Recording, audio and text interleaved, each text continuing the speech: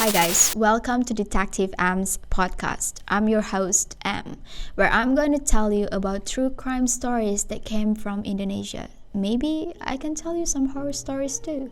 If you guys have heard my podcast previously, I made Strange Things and Crime podcasts, but I'm decided to move my platform to YouTube and change the name to Detective M. Hope you guys enjoy. The story that I'm going to tell you today is a really shocking story where love did not end well and ended up making a history of the first youngest prisoner who got sentenced in life prison. The story began on March 2nd, 2014 when Ade Sarah, 19-year-old, and Nadia Amanda Pritami, 22-year-old, attended Java Jazz concert one night. They spent a good time, and among many conversations, Ade Sarah told Nadia a story of her ex-recent boyfriend named Ahmad Imam Al-Hafidh, or she called him Hafidh. Ade Sarah said Hafidh, who was her boyfriend at high school, recently tried to text her again regularly, and she felt like somehow Hafidh tried to get her back again. In Ade Sarah's mind, Hafidh was not a good person because he displays many verbal abuse, temperamental issues, and her very first concern about Hafidh was actually how jealous he got and how possessive he could be in beyond reasonable. However, though, her relationship with Hafidh was the longest she had, with track record of 7 months. Well, we're talking about a teenager loves here. 7 months seems like a long way for them. And they actually both broke up right after their graduations, but Ade Sarah made an excuse that she wanted to break up because they both had different spiritual belief, not because Hafidh's temperamental issue, because she's afraid to bring up these conversations. Now that Hafidh's texting her again, what made Ade Sarah annoyed with all these texts was the fact that Hafidh already had another girlfriend named Ashifa Ramadhani. And actually, while Hafidh went to the same high school as Ade Sarah, Ashifa went to the same secondary school as Ade Sarah. So actually, 3 of them already know each other, but now they are, by some weird coincidence, became connected again, but by this, what you called it, a teenage relationships drama, triangle love, or whatever you called it. And Ade Sarah herself actually at that time already had a new boyfriend, and this is why she's very uncomfortable with the whole situation. Ade Sarah herself actually already had a boyfriend, so when Hafidh texted her and make all kind of moves, she felt really uncomfortable. Ade Sarah then asked Ashifa if both her and Hafidh were actually still together. And let me insert my opinion here. She's such a wonderful woman. I think what Ade Sarah told Ashifa was actually a good thing, because she just trying to notify Ashifa how this garbage human flirt with her. Like, girl, your man's a garbage. It was not said on how Ashifa reacted to this, but both Ashifa and Ade Sarah, though not close to each other, were on speaking terms. It was not said on how Ashifa actually reacted to this news, but what we know so far is that they both were still in speaking terms, even though we don't know whether Ashifa had some grudge or not at that time. The next day after attending Java Jazz concert on March 3rd, 2014, Ade Sarah was on her way to Goethe Institute in central Jakarta for her regular German class. Around 7:30, she texted Nadia, a friend she went to Java Jazz the night before, that she was going to be late because a friend of her ex would pick her up at Gondangdia station, because this friend said that she wanted to apply to the same German class where Ade Sarah and her attended, and asked for some help, and Ade Sarah agreed to help. Nadia didn't ask Ade Sarah the name of that friend or which ex Ade Sarah was referring to, but from the Java Jazz event where Ade Sarah only mentioned Hafidh as her ex and they both in contact, Nadia just assumed that she refers this as a friend of Hafidh. But then, Nadia received another text message from Ade Sarah saying, quote, "I swear I hate this kind of situations," end quote. But then, Ade Sarah never send her any text again. Up until 8 p.m., Adesara failed to show up at the class, and Nadia began to wonder where and what happened to her friend. Because this is out of ordinary, Adesara almost never missed the class, and actually at that time she had an important presentations. So Nadia called Adesara's phone twice, but it just kept ringing, connected, but never got answered until it finally just turned off. And Adesara was just like gone. On March 5th, 2014, 2 days after Adesara went missing, two towing officers in JRRR Tol Bintara Kilometer 41 highway accidentally spotted something horrible that early morning around 5 a.m. Both found a naked body laid on the ground with face looking up, swollen, turning black, with a really horrible expression. I'm not going to describe how awful police described her face was, but it was apparent that she died in a really painful way. Both officers called the police immediately, and police identified the body quite easily. With Java Jazz band still attached on its arm, a fingerprint, and electronic identification card, police confirmed the body belonged to Adesara. There were many bruises on the body, but the autopsy result shows the cause of death was an object obstruction on her respiratory system that made her unable to breathe. Doctor actually found pieces of newspapers and tissues inside her mouth, and they confirmed this is it, this is why she's died. It was believed that the victim might have a mouthful of newspaper and tissue that stuck into her throat, causing her unable to breathe. And it was clear as the day that this is, of course, a homicide case. Someone was responsible for her death. This news was devastating for anyone who loves Adesara, but police quick to analyze and conduct a thorough investigations to find the culprit. Based on the timeline, Nadia was the last one who was in touch with Adesara, so police interrogated her as the first suspect, but soon cleared her up because Nadia appeared to be innocent, very cooperative, and if anything, was the key to this case. From her, police learned about the friend of an ex that Adesara went to see, right before she disappeared, a name of Hafid. Police tracked down Hafid and brought him for interrogations at Cipto Mangunkusumo Hospital when Hafid came to see Adesara's body for the last time. Police were being highly suspicious when they noticed a scar on Hafid's arm, and when police asked him what happened to his arm, Hafid had a really weird and unconvincing answer. And this is when police started to interrogate him, put more pressure, until finally Hafid broke. Hafid finally confessed that he is responsible for taking Adesara's life. But he was not alone. Ashifa, her girlfriend, was also involved in this awful crime. You remember when Adesara told Ashifa about the text message Hafid kept sending her? Well, actually, Ashifa already knew about that, and she was not happy at all. She started picking a fight with Hafid, and this happened so many times until one day Hafid told her, "Rather than we fight like this and you're not trusting me anymore, I will kidnap her with my friends or I will hire someone to do it." And you know what Ashifa said? Instead of being scared or asking her boyfriend if he was sane for saying that, she said, "Let me join you."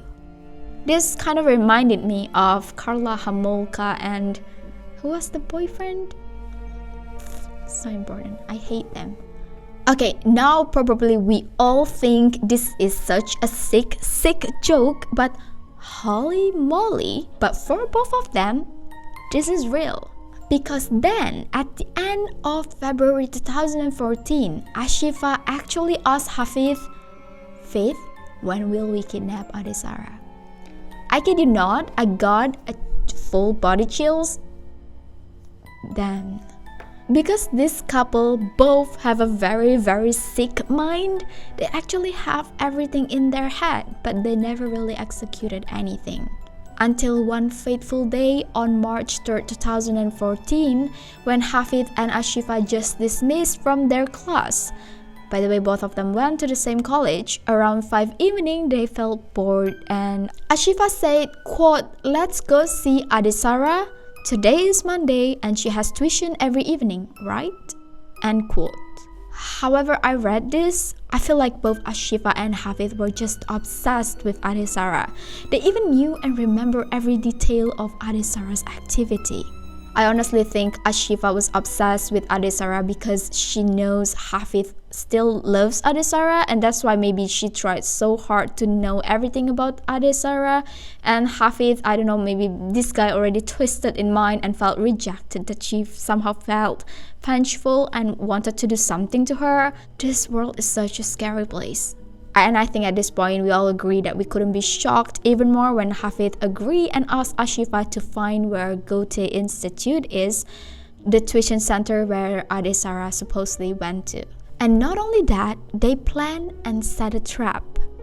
So Ashifa sent Adisara a message from Puff. It was the trendiest social media at that time. Everyone in Indonesia almost know and almost use this, but if you guys search it on Google Play, you guys won't find it anymore because it's already actually, I don't know, bankrupt or closed. So yeah, it's basically a social media where you just check into places and people will know where you go and where you left. At that time it was not this creepy, but now that I said it again, it sounded really creepy and dangerous. Good thing that it no longer exists. Anyways, Ashifa texted Adisara from Puff saying that her friend interested to apply to Goethe Institute and therefore she would be glad if Adisara could help. And it seems to me that Adisara is a really nice girl. She agreed and they set a meeting that day around 6 at Gondangdia Station, Central Jakarta, because Adisara said, "Oh, I'm on the way, why not we just go now?" And Ashifa said, "Okay, agreed." And that was actually right when Adisara texted Nadia that she was going to meet a friend of her ex in Gondangdia stations. As planned, Ashifa waited for Adisara in front of Indomaret. Indomaret is like the local version of 7-Eleven, by the way. And when Adisara arrived, Ashifa told her that her friend will pick them up soon. But instead of a friend, the one who actually came to fetch them was Hafid. Adisara was very confused, but Ashifa asked her to get into the car. And I think not in a million years Adisara think that this is a dangerous decision. Ashifa was her secondary friend, Hafid was her ex who seems to still love her, and probably she think, why would she say no? So Adisara went into the car. And inside the car, Hafid and Ashifa actually continued their acting or their play. Hafid interrogated Ashifa about a friend they were trying to help, that actually Hafid was really jealous. Adisara actually tried to help Ashifa, telling Hafid the friend they were helping was a girl, not a boy, because she knows how possessive and jealous Hafid could be. And Hafid got even angrier when Adisara talked back at him. And here Ashifa was sobbing and apologized to Hafid. She was crying a river and she was keep telling Hafid sorry, that she didn't mean to hurt him or anything like that. And I think this is when Adisara sent a text to Nadia saying that I really hate to be in this kind of situations. I mean, what's worse than third wheeling rather than, stuck in the middle of a couple who's arguing. Adisara had enough of this drama. She asked Hafid to just drop her anywhere and she wanted to just walk to Goethe Institute by herself. But then Hafid changed his mind and says, you know what, I'll just drop you both at Goethe Institute. In the end, Hafid did drop Adisara and Ashifa both at Goethe Institute. But at this time, when both of them already came out from the car, Ashifa started to cry very hysterically. Like really hysterical. And then, seeing how sad Ashifa was, Adisara told her, you know what, come follow me, I'll help you and talk this out with Hafid. So both of them went back to the car again. But this time, Both Adesara and Ashifa seated at the passenger seat at the back. Upon getting back again inside the car, Adesara told Hafiz that he should treat women nicely, and Hafiz asked her to shut up in return. While Adesara comforted Ashifa, Hafiz secretly took a taser and electrocuted Adesara 3 times, resulting her convulsions by that time. Knowing herself in danger, Adesara tried to scream and kick the door, but Ashifa pulled her hair and pushed her until Adesara crawled under her feet. Here, both evil couple who deserve each other abused her physically. Hafiz punched her several times on her face and bodies, while Ashifa made sure Adesara crawled under her feet. Adesara begged both of them many times. "Why did you do this to me, Ashifa? Why both of you did this to me?" She cried help so many times, but Ashifa only responded, "You did hurt me, didn't you?" And I think at this point, Adesara just wanted to be saved, and she said, I did hurt you, and I'm very sorry. If I did something that hurt you, I am terribly sorry. She was just begging for her life. With the last strength she has, Adesara tried to scream and kick the door again and again, but this time it got into Hafiz's temper, so he electrocuted her again until she's helpless. She could not move an inch. To make sure Adesara would not escape from them, they stripped her naked, leaving her only wearing her panties, and here Adesara made a shocking statement. Adesara many times begged them to stop torturing her, and then she said something that shocked both Hafiz and Ashifa. Adesara told them that she was 2 months pregnant and she didn't want to lose her baby. Ashifa asked her whose baby it was, and Adesara said the father of her child named Jofi, a friend from her college. Because Ashifa is the evil of all evil, she didn't care. Instead, she opened Adesara's bag, found some tissue, and asked Adesara to put all the tissue inside her mouth so that Adesara would stop talking. Adesara then asked if she could tear the tissue first before putting it inside her own mouth because it was too big for her to chew and she couldn't breathe. While all of this torture happened, Hafiz was driving all the way along, asking Ashifa to also put newspaper that was inside his car to be also choked inside Adesara's mouth. This time, she made this newspaper into ball shape and choked it on Adesara's with her own left hand until Adesara gagged. Adesara then begged Ashifa to just, instead of putting this newspaper inside my mouth, just put my tank top inside my mouth. But Ashifa did not care, and this time Hafiz had enough.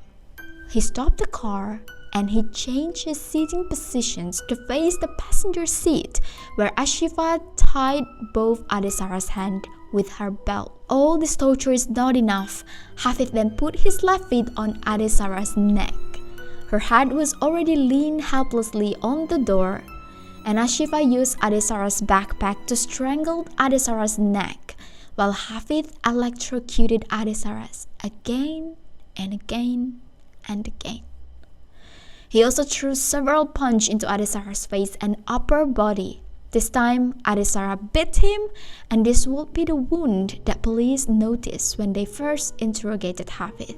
As if this torture was still not enough, Ashifa then strangled Adesara with her left hand until Adesara couldn't breathe and screamed, "Please, please stop electrocuting me. I want my baby to be safe." But then Ashifa, this bitch, took her slippers and slapped Adesara's face multiple times until Adesara motionlessly lay and stopped talking altogether. Noticed something was wrong, Ashifa then checked Adesara's pulse, and to her surprise, there was no more pulse. Based on Ashifa's attorney testimony, he said Ashifa never had any intention to take Adesara's life. She only wanted to give her a lesson for not trying to snatch Hafiz from him. I mean, who the hell want your garbage boyfriend anyways? So now Ashifa actually really panicked knowing that they both killed Adesara. I mean, what did you really expect? By that time, it was already around 10 p.m. and that means Adesara had been tortured for hours inside that car. If you ask me to where Hafiz drove the car while they held Adesara tortured in the car, they actually had a little bit towards north, but then back to central, then all the way to the east. From Gondangdia to Menteng, then Cempaka Putih to Cawang, continued to Taman Mini up to Rawamangun. Ashifa then told Hafiz that Adesara no longer breathing. But to her surprise, Hafiz just asked her, "So, where should we dump the body?" Hafiz really didn't know where they should dump the body, so they had a really long trip trying to figure out where they should dump the body.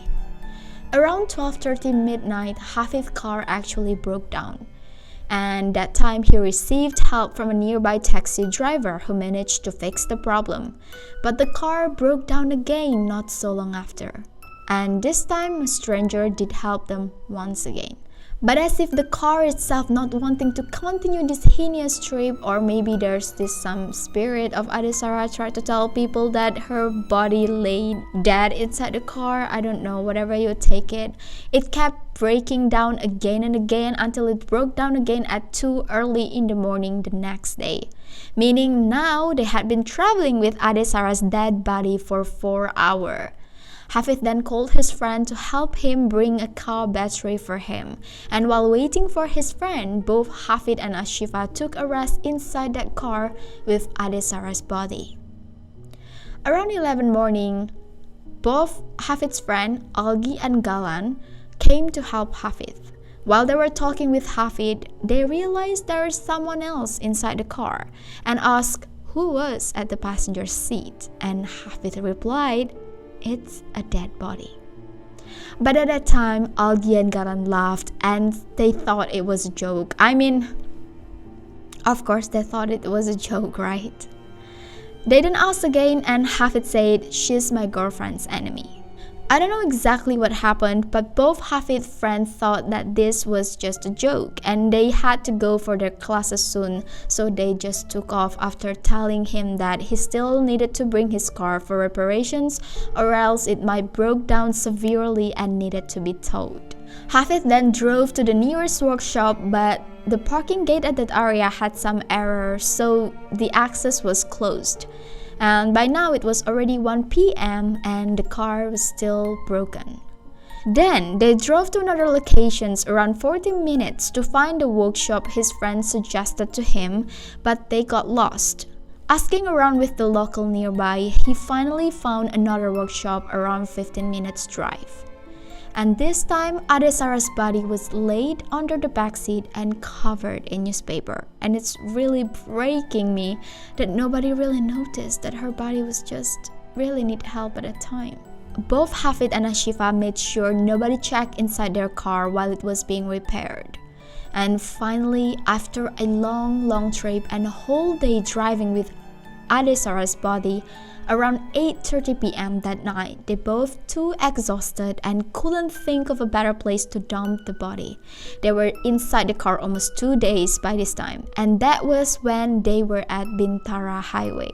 Their exact location was at East Bekasi, a small city outside Jakarta, and by that time, it was already dark and quiet.